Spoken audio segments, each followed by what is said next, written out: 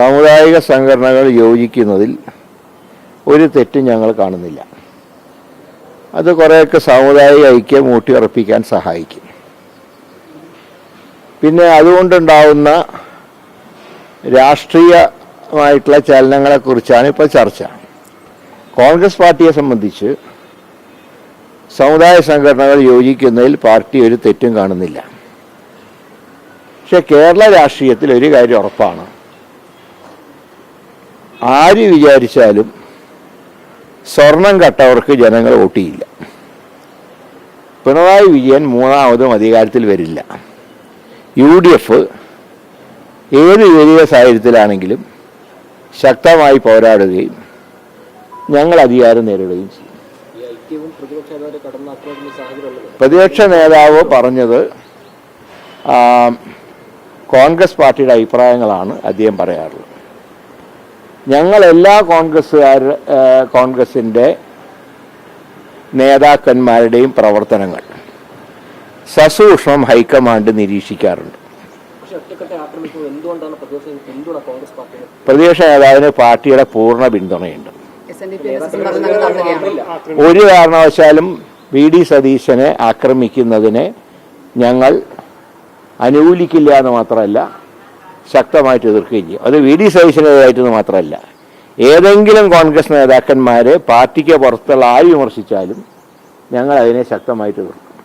അത് VD സതീശനും രമേശ് ചെന്നിത്തലയും സണ്ണി ജോസഫൊക്കെ കോൺഗ്രസിൻ്റെ തലപ്പത്തുള്ള നേതാക്കന്മാരാണ്.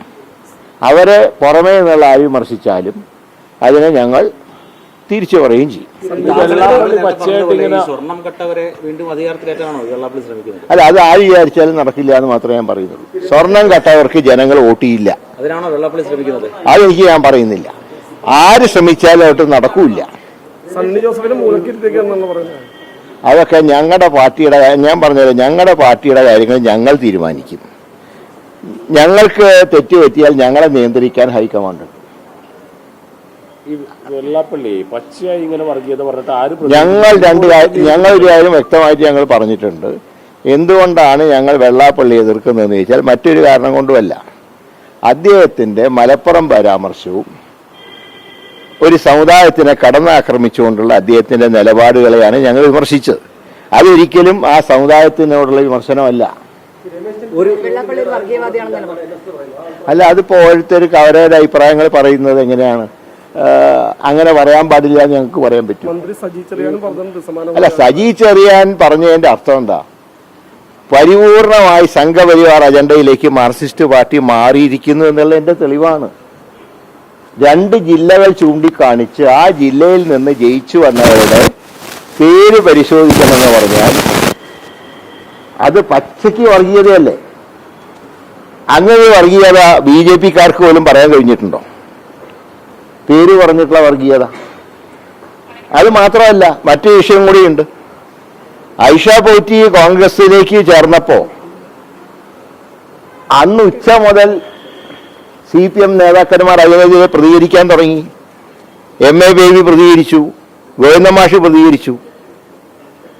ആ ഐഷ പോറ്റിയോടൊപ്പം 15 കൊല്ലം CPMന്റെ MLA ആയിരുന്ന രാജേന്ദ്രൻ BJPയിലേക്ക് പോയപ്പോൾ ഒരക്ഷരാരും മിണ്ടിയില്ലല്ലോ. അതായത് ഞാൻ പറഞ്ഞ പൂർണ്ണമായി മാർക്സിസ്റ്റ് പാർട്ടി സംഘപരിവാറിന്റെ കേരളത്തിന്റെ ഒരു B ടീമായി മാറി എന്നുള്ളതിന്റെ ഉദാഹരണമാണ് സജി ചെറിയാന്റെ പ്രസ്താവനയും അതുപോലെ തന്നെ രാജേന്ദ്രന്റെ കാര്യത്തിൽ മാർക്സിസ്റ്റ് പാർട്ടി നേതാക്കന്മാരുടെ മൗനവും. വെള്ളാപ്പള്ളി ഒരു കടുത്ത വർഗീയവാദിയാണെന്ന് എനിക്ക് തോന്നുന്നു എന്നൊന്നും ഞങ്ങൾ പറയില്ല. പക്ഷെ അദ്ദേഹത്തിന്റെ ഈ പരാമർശത്തിനോട് മാത്രമാണ് ഞങ്ങൾക്ക് വിയോജിപ്പ്.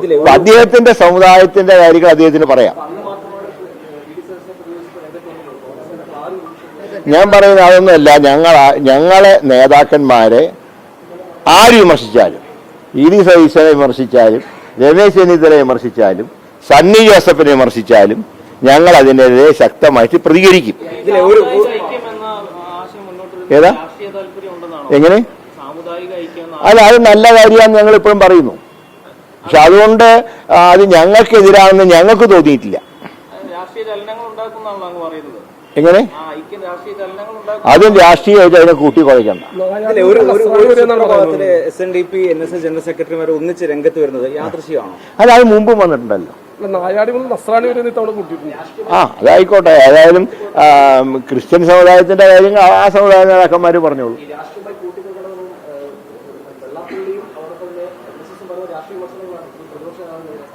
പ്രതിപക്ഷ നേതാവിനെതിരെ പറഞ്ഞ ഒരു വിമർശനത്തിനോട് ഞങ്ങൾ യോജിക്കുന്നില്ല. പ്രതിപക്ഷ നേതാവ് പറഞ്ഞ പാർട്ടിയുടെ അഭിപ്രായമാണ്. കാന്തപുരത്തിന്റെ ആ യാത്ര അതിന്റെ അന്തസ്സ് കെടുത്തുന്ന പ്രസ്താവന നടത്തിയത് പിണറായി വിജയനാണ്. മാറാട് അവിടെ വലിച്ചഴച്ചപ്പോ ശക്തമായിട്ട് മറുപടി പറഞ്ഞു പ്രതിപക്ഷ നേതാവ്. ഒരു തെറ്റുമില്ല. ഈ വെള്ളാപ്പള്ളിയുടെ ഒപ്പം തന്നെ ഈ സുകുമാരൻ നായരുടെ പ്രസ്താവനയിൽ മുഖ്യമന്ത്രിയുടെ അല്ലെങ്കിൽ CPM-ന്റെ ഇടപെടലുള്ളതായിട്ട് തോന്നിയിട്ടുണ്ടോ? ഇല്ല, ചില ഫോൺ കോളുകൾ വന്നു എന്ന് പത്രത്തിൽ വായിച്ചു. അതല്ലാതെ മറ്റൊന്നും ഞങ്ങൾക്ക് തോന്നിയിട്ടില്ല. അല്ല, അങ്ങേക്ക് ഇത്ര രാഷ്ട്രീയമായ ആഴമുള്ള ഒരു മനുഷ്യനല്ലോ, കേൾക്കുമ്പോൾ മനസ്സിലാവുമല്ലോ കാര്യങ്ങൾ ഇതെങ്ങാടെ പോകുന്നത് എന്നുള്ളത്. അല്ല, അതൊന്നും ഞാൻ പറഞ്ഞല്ലോ, ഇതൊന്നും UDF-ന് ദോഷകരമായി ബാധിക്കുമെന്ന് ഞങ്ങൾ വിശ്വസിക്കുന്നില്ല. അതിനാണ് ഞാൻ ആദ്യം പറഞ്ഞത്, സ്വർണം കട്ട കള്ളന്മാർക്ക് ജനം വോട്ട് ചെയ്യില്ല. ഈ പ്രതിപക്ഷ നേതാവിനെ വീരാളിപ്പെട്ട് ഉദപ്പിച്ച് കിടത്താനേ പാർട്ടി എന്നുള്ള ശ്രമമാണോ ഇത്? പാർട്ടിയൊക്കെ ഒരുമിച്ചാ നീങ്ങുന്നത്. പാർട്ടിക്കാരെ തമ്മിൽ ഭിന്നിപ്പിക്കാനാരും നോക്കണ്ട. പ്രതിപക്ഷ നേതാവിന് അനുകൂലമായിക്കൊണ്ട് തന്നെയാണ് പാർട്ടിയുടെ എല്ലാ നേതാക്കന്മാരും എല്ലാ ഘടകങ്ങളും നിലകൊണ്ടിട്ടുള്ളത്. UDF-ൽ മുഖ്യമന്ത്രി സ്ഥാനാർത്ഥികളുടെ എണ്ണം കൂടുതലാണല്ലോ, അതുകൊണ്ട് ഇവിടെ ഞാൻ പറയാം, ഭൂരിപക്ഷ MLA-മാരുടെ പിന്തുണയും ഹൈക്കമാൻഡിന്റെ തീരുമാനവുമാണ് മുഖ്യമന്ത്രിയെ തീരുമാനിക്കുക. സുകുമാരൻ നായർ പറഞ്ഞത് പ്രതിപക്ഷ നേതാവ് പെരുന്നയിലെ തിണ്ണനിറങ്ങാൻ പോയി എന്നാണ്. ഈ സാമുദായിക നേതാക്കന്മാരെ എല്ലാവരും സന്ദർശിക്കാറുണ്ട്, ഞാനും സന്ദർശിക്കാറുണ്ട്. അതിനെ തിണ്ണനിറങ്ങുക എന്നല്ല അർത്ഥം. അവരുടെ സമുദായത്തിനോടുള്ള ബഹുമാനം ഞങ്ങളൊക്കെ പ്രകടിപ്പിക്കാറുണ്ട്.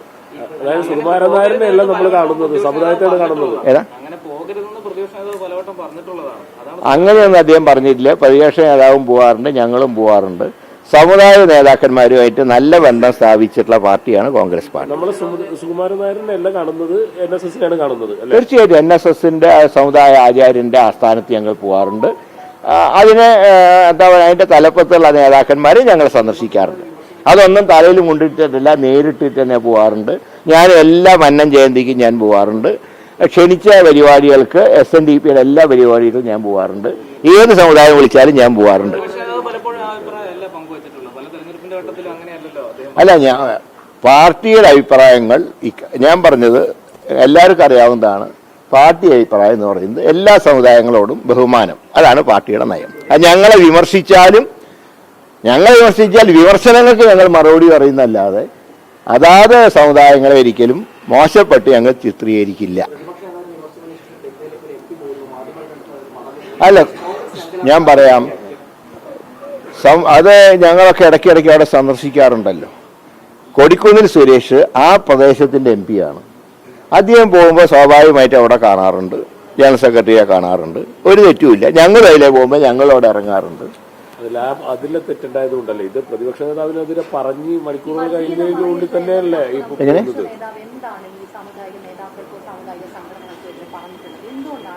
അദ്ദേഹം അങ്ങനെ ഒരു സമുദായ നേതാവിനെതിരായിട്ടും അദ്ദേഹം പറഞ്ഞിട്ടില്ല. അതെനിക്കറിയില്ല, അത് അവരോട് ചോദിക്കേണ്ട കാര്യമാണ്. സ്വന്തം പാർട്ടിയിലെ ആളുകളുണ്ടോ ഇതില്, കോൺഗ്രസിലെ ആളുകൾ എന്ന് ഞങ്ങൾ കരുതുന്നില്ല. അതൊക്കെ ഞങ്ങളെ ഭിന്നിപ്പിക്കാനുള്ള ശ്രമമാണ്. ഒരിക്കലും അതൊന്നും ഞങ്ങൾ കരുതുന്നില്ല. ഞാൻ പറഞ്ഞു, അത് അദ്ദേഹം സ്ഥിരം അവിടുത്തെ MP ആണ്. അവിടുത്തെ MP അതിലെ പോകുമ്പോൾ അവിടെ കയറും. ഞാൻ ഏത് കോൺഗ്രസ് നേതാവിനെതിരായിട്ട് വന്നാലും ഞങ്ങളുടെ സഹപ്രവർത്തകരായിട്ടുള്ള നേതാക്കന്മാർക്ക് ഞാൻ പൂർണ്ണ പിന്തുണ കൊടുക്കും. അത് രമേശ് ചെന്നിത്തലയ്ക്കാണെങ്കിലും പിന്തുണ കൊടുക്കും, KC വേണുഗോപാലിനാണെങ്കിലും പിന്തുണ കൊടുക്കും. ഏത് നേതാവിനും ഞാൻ പിന്തുണ കൊടുക്കാറുണ്ട്. എന്തെങ്കിലും തെറ്റ് അവർക്ക് പറ്റിയിട്ടുണ്ടെങ്കിൽ ഞാൻ അവരോട് പറയാറുണ്ട്. പക്ഷേ ഒരു പരസ്യ പ്രതികരണം ഞാൻ നടത്താറുണ്ട്. ശേഷിക്കുന്ന ആളുകൾ ഉള്ളിൽ ചിരിക്കുകയാണോ ഈ പ്രസ്താവനയൊക്കെ വരാൻ നേരത്ത്? ആരും ഉള്ളിൽ ചിരിക്കുന്നെന്ന് ഞാൻ വിചാരിക്കുന്നില്ല. പാർട്ടി UDF ജയിച്ചു വരണമെന്നാണ് ഞങ്ങളുടെയൊക്കെ ആഗ്രഹം. അങ്ങനെ UDF ജയിച്ചു വന്നാൽ ഞങ്ങൾ എല്ലാവരും ചിരിക്കും. പാർട്ടി ആരുമായിട്ട് ഏറ്റുമുട്ടാൻ പോകാറില്ല. പ്രതിപക്ഷ നേതാവ് ഏറ്റുമുട്ടാൻ പോയിട്ടില്ല.